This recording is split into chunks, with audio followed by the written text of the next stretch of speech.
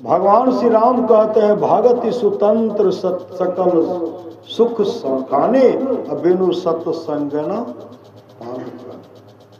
भागति सुतंत्र सकल सुख खाने बिनु सत्संग न पावे। प्राणी परमाराज सद महाराज कहते नित्य प्रति सत्संग कर ले प्यार। नित्य प्रति नूनू बाबू की तरह नित्य प्रति सत्संग कर ले प्यारा। तेरा कार सरे सारा सार कार्य को निर्णय करके धर चेतन धारा पिंड के पारा दसम द्वारे का ज्योति जग जावे अति सुख पावे। शब्द सहारे का लख बिंदु नाद कह त्रय बंदे के। सुनो सुनो में ही ब्रह्मनाद का धरो सहारा। आपन तन में ही निज तन में खो सज्जन बाहर न खोजना। अपने ही घट में हरि है अपने अंदर में वो परमात्मा सदगुरु हैं। अपने ही घट में हरि है अपने में खोजना। संत कबीर ने कहा मैं तो आन परी चोरन के नगर है सत्संग बिना जे तरसे। इस सत्संग में लाभ बहुत है तुरंत मिलावे गुरु से। मूर्ख जन कोई सार न जाने सत्संग में अमृत बरसे। शब्द सा हीरा पटक हाथ है मुट्ठी भरी कंकर से। कहे कबीर सुनो भाई साधो सुरत करो वही घर से। मैं तो आन परी चोरन के नगर सत्संग बिना जिए तरसे। धुंधकारी प्रेत योनि को प्राप्त हो गया था। श्रीमद् भागवत महापुराण में आया है। उनके लिए पिंडदान सब कुछ के फिर भी प्रेत योनि से मुक्ति नहीं मिली। गौकर्ण के पास आते प्रेत बनकर के भैया हम प्रेत बन गए बहुत कष्ट भोग रहा हूं पानी भी नसीब नहीं होता। मेरे शरीर में आग लग रहा है। मेरे शरीर में केकरा लागे चाहे जे अपना शरीर में आग लगा लेते। श्री सदगुरु मेरे गांव में अपने से आग लगा दी और देखने में बहुत सुंदरी। अरे गरीबी है अमीरी है कोई बात नहीं। श्री सदगुरु उतावलेपन से काम चलने को नहीं है। इसका मतलब अमृत नहीं मिले तो हम विषय पान कर लें। नहीं बना।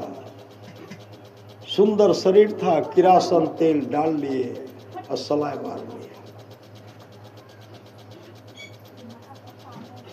दौड़ रहे बचाओ सड़क पर दौड़ रहे। शरीर में आग लग गया। शरीर में आग लग गया। दौड़ रहे करा रहे दौड़ रहे पूरा आग लग रहा है। अंत में सोचे पानी में कूद जाएंगे। श्री से बगल में पानी में कूदे। श्री सदगुरु उसको लाए आग बुझा। तब तक हमको खबर कि जब आए ना प्राण हुकूक कर रहा था। श्री सदगुरु जहां पकड़ते थे सलाइन चलाते थे। सलाइन जहां देते वही पच्च हो जाता। श्री सदगुरु सिद्ध गया शरीर। नशे नहीं मिलता था। किसी तरह नस मिला। कोई कहते पुलिस गाड़ी आवे छे छोड़ दो आप सब समट लिए। पानी नहीं जा रहा था समट करके चल दिए दम तोड़ दिए। श्री सदगुरु अपनी अपनी करनी अपने अपने साथ। मतलब सुंदर शरीर मिला है। कभी आत्महत्या मत कीजिए। कभी आत्महत्या मत कीजिए। धुंधकारी प्रेत बन गए। अब प्रेत बन गए क्या किए थे धुंधकारी वेश्यागामी हो गए थे। सब मिल करके इतना कुटे न शरीर से कुटे। श्रीमद् भागवत महापुराण को उलट करके पढ़िए। मैं संक्षिप्त कर इतना कुटे न क्योंकि वह दूसरे का धन लूट करके लाते थे वेश्या सबको खुश करने के लिए। माँ को मारने के लिए तो माँ को मारे। चूल्हा में जलावन जल रहा था लकड़ी से मारे। मुहे को मारे, माँ कुएं में कूद करके आत्महत्या कर ले। पिता को मारने के लिए दौड़े, पिताजी भागे गोकर्ण के पास। गोकर्ण कहते पिताजी इस दुष्टों के हाथ मरने से तो फायदा है, जंगल में जाकर के तपस्या कर लीजिए, पुत्र मोह में मत पड़िए और अपने जीवन को सफल सार्थक कर लीजिए। गोकर्ण की बात को गोकर्ण के पिताजी माने, जंगल में जाकर के तपस्या के आत्मस्वरूप का दर्शन के मोक्ष को प्राप्त किए।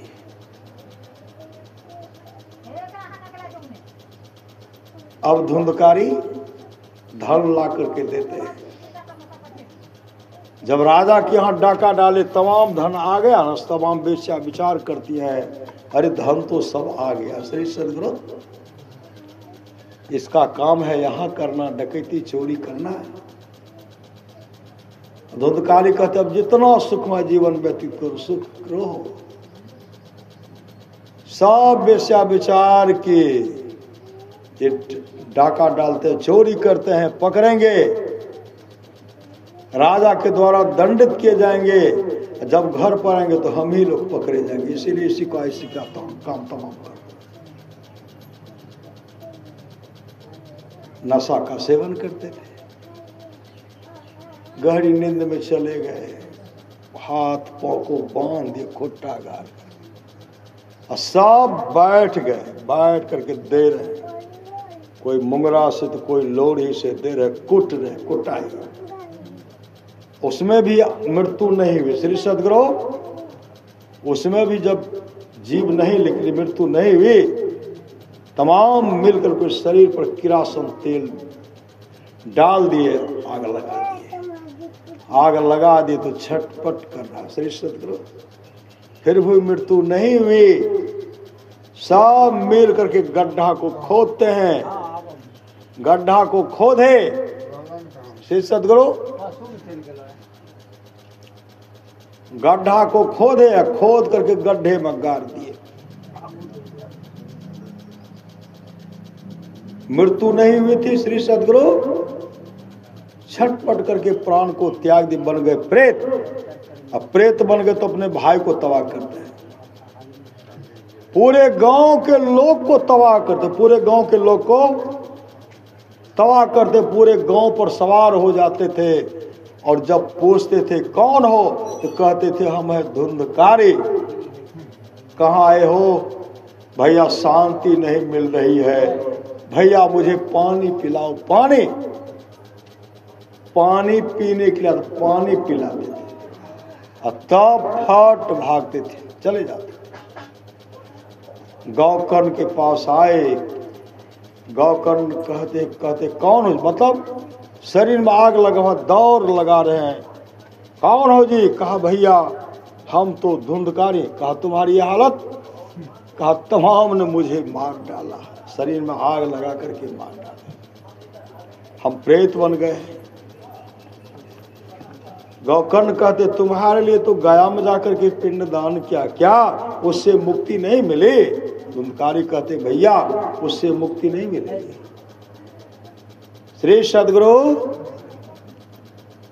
उससे मुक्ति नहीं मिलेगी। कहा कैसे?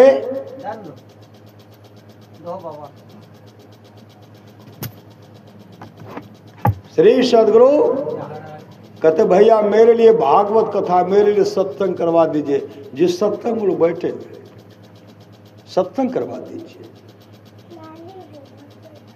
सुबह हुआ, गोकर्ण पूरे ग्रामीण से मिले, मेरा धुंधकारी तो प्रेत बन गया, प्रेत बन गया, उनको शांति नहीं मिल रही है, उनके शरीर में आग लग रहा है। इसलिए भैया बहुत गिड़गिड़ाए, आप लोग हमको सहयोग कीजिए तो हम भागवत कथा शुरू करेंगे, सत्संग शुरू करेंगे। सब ग्रामीण कहते इस पर भी सवार होता, उस पर भी सवार होता है, व्यवस्था किया जाए, हम लोग करेंगे, आप प्रवचन कीजिए। व्यवस्था किया गया। जैसे सत्संग प्रारंभ होने वाला था, भागवत कथा प्रारंभ होने वाला था, एक बांस का 7 पोर का सरा हुआ खुट्टा, बांस का खुट्टा रखा हुआ था। जैसे भागवत कथा प्रारंभ होता, प्रेत होता बड़ा चलाक पट आ गया, इधर उधर देख रहे हैं, देखे कि अब कहीं शांति से नहीं बैठ पाएंगे, सूक्ष्म रूप से बांस में के पौर में समा गए। एक दिन सुने एक पौर फटा, दूसरे दिन दूसरा, तीसरे दिन तीसरा, चौथे दिन चौथा, पांचवा दिन पांचवा, छठे दिन छठा, सातवें दिन सातवां पौर, जैसे फटता है दिव्य रूप में, दिव्य पुरुष के रूप में, भगवान विष्णु के रूप स्वरूप जैसा प्रकट हो गए। और भगवान विष्णु के पार्षद आए, विमान पर बैठा करके जब लेके चलने लगे, सब कहते हैं सत्संग तो हम लोग भी सुन रहे थे, हम भी सुन रहे थे, हम भी सुन रहे थे। हम लोगों के लिए विमान नहीं आया, लेकिन धुंधकारी के लिए विमान आया।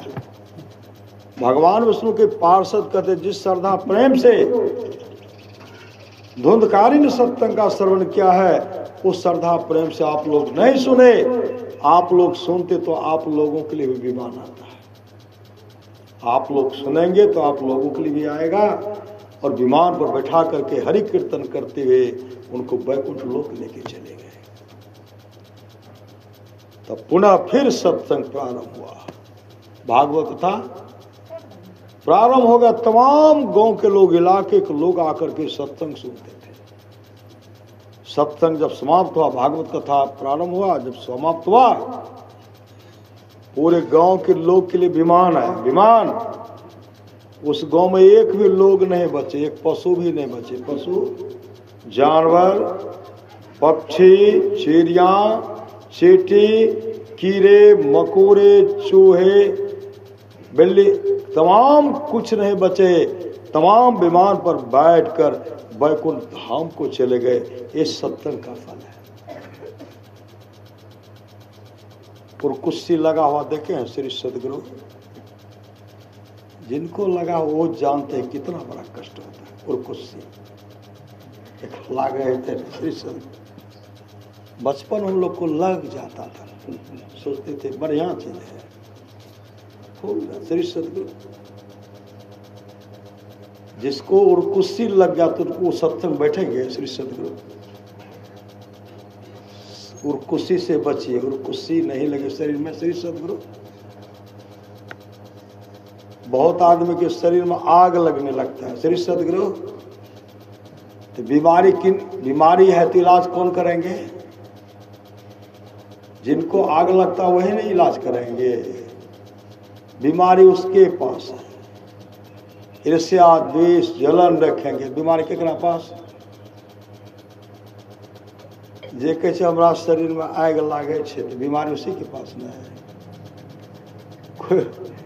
एक भक्त पहुंचे स्वामी विवेकानंद के पास, स्वामी विवेकानंद पहुंचे इनके पास, रामकृष्ण परमहंस जी महाराज के पास। आप कहते ईश्वर ईश्वर, ईश्वर को आपने देखा? कहा हाँ जी मैंने ईश्वर को देखा। कैसा ईश्वर है बताइए? कहते तुम्हारे जैसा ईश्वर है श्री सदगुरु, तुम्हारे जैसा ईश्वर है। कहा कब होगा दर्शन? कहा करोगे तब न। कहा आओ न मेरे साथ। उनको लेके चले गए समुद्र में। श्री सदगुरु इतना इतना कहा दर्शन कराइए ना। कहा और आगे बढ़ो। आगे बढ़ाए, अथाह पानी में लेके गए और दाब रहे। श्री सदगुरु ऊपर से जब दाब रहे तो छटपट कर रहे हैं, तैरने के लिए आता नहीं है, छटपट कर रहे हैं, किसी तरह उनको निकाले, भागे। का ईश्वर का दर्शन करेगा, ये तो जल्लाद है, ये तो हमको मार रहा था। श्री सदगुरु महात्मा जी कहते हैं अच्छा एक बात बताओ, जिस समय तू पानी में डूब रहा था, श्वास श्वासा तुम्हारी बंद हो रही थी, चल तो रही थी, उस समय तुम्हारे अंदर में कैसा व्याकुलता था? कहा हम तो सोचते थे कितना जल्दी इससे निकलना है, अब चैन से रहा। महात्मा जी कहते जिस तरह पानी से बचने के लिए तो पूरा जोर लगा दिया कि पानी से निकल जाओ,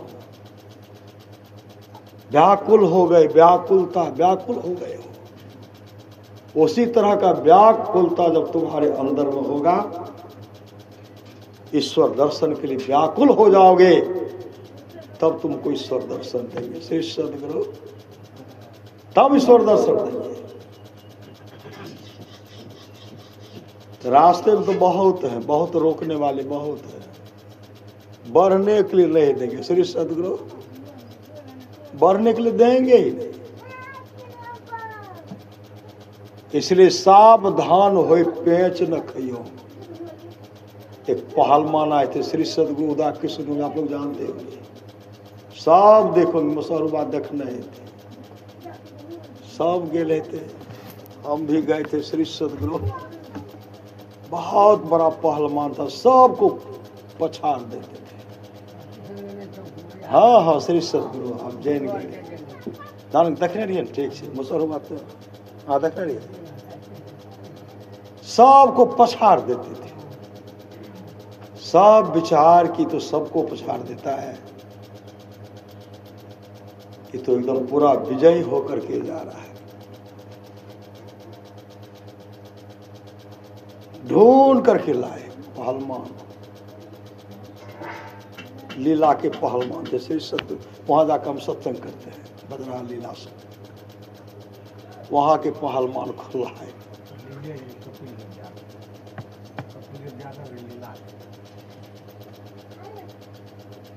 त्रिवेणी जादव श्री सद्गुरु, नटखुट्टे श्री सद्गुरु, हम देखे कहाँ भीम कहाँ ई श्री सद्गुरु। वो बड़का वो पहलवान तो भीम के जैसा था ना, अरुण यादव श्री सद्गुरु पौरा वाला, ये नटखुट्टे हम लोग देखे, देखते नजर आंख चुक गया श्री सद्गुरु, चुक गया के पट लिए अब बैठ गए सीने पर, हाथ झाड़ जस चला ज्वारी वाला हाल। इलाके के लोग लग गए कि इस पहलवान को विजय होकर के नहीं भेजना है, दूसरे पहलवान पछाड़ दिए। किस तरह काल अचानक मारी है जो तीतर को, बाद हम लोग देख नहीं पाए, देखते हाथ मिला रहे से, अब पट बाजार दिए, बजारते हुए नहीं देखे, सीने पर बैठे तब देखे श्री सद्गुरु। बलि विक्रम बेनु दधीची गए, पार्थ गए जिन भारत ठाना, बाली गए बलराम गए जिनके कखरी 10 कंठ लुकाना, कई दुर्योधन जंग दुरे 64 कोस तक छत्र समाना, धारा का प्रमाण यह है तुलसी, फाला सुधारा बड़ा सो बताना। धरती का प्रमाण है, जो फलता है वो झड़ता है। गुरु किनके हुए हैं, गुरु किनके हुए, परमात्मा किनके हुए, परमात्मा किनके वश में हुए, परमात्मा भक्त के वश में हुए, अहंकारी के वश में, अहंकारी के वश में नहीं हुए। मीराबाई भक्तिनी बन गए श्री सद्गुरु। अय राणा जी, मैं तो गोविंद के संग नाचूंगी, मतलब नाचूंगी, मेरे गोविंद है, मेरे तो गिरधर गोपाल दूसरों ने कोई।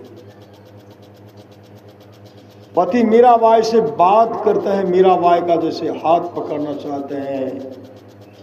मीराबाई ने कहा मैं तो शादीशुदा हूं, मैं शादीशुदा। उनके पति कहते शादीशुदा तो तुम हो, हम तो शादी करके हम लाए हैं तुमको।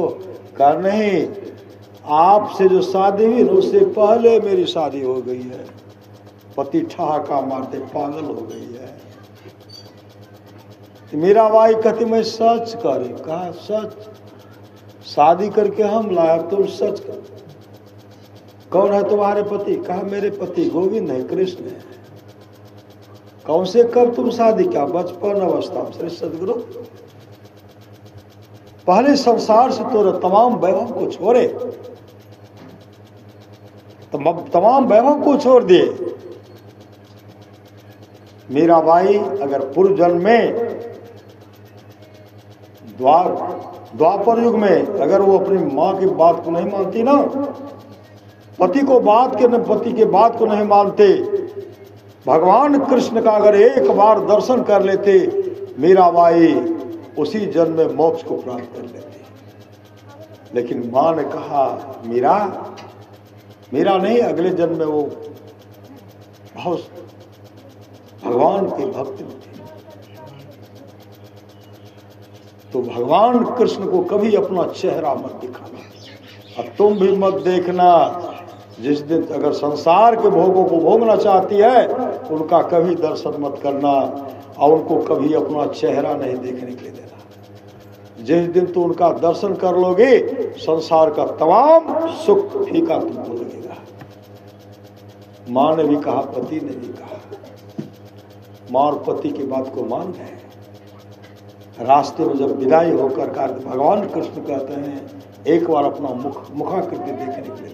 ओम भूर्भुवः स्वः तत्सवितुर्वरेण्यं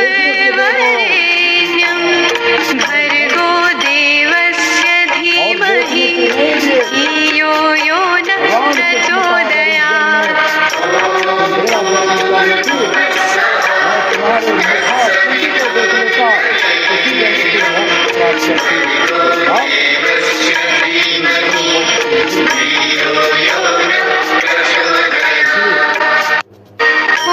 अगले जन्म में मीराबाई आई तब भगवान का दर्शन की भगवान गोविंद की हो गई, वो मोक्ष को प्राप्त किया।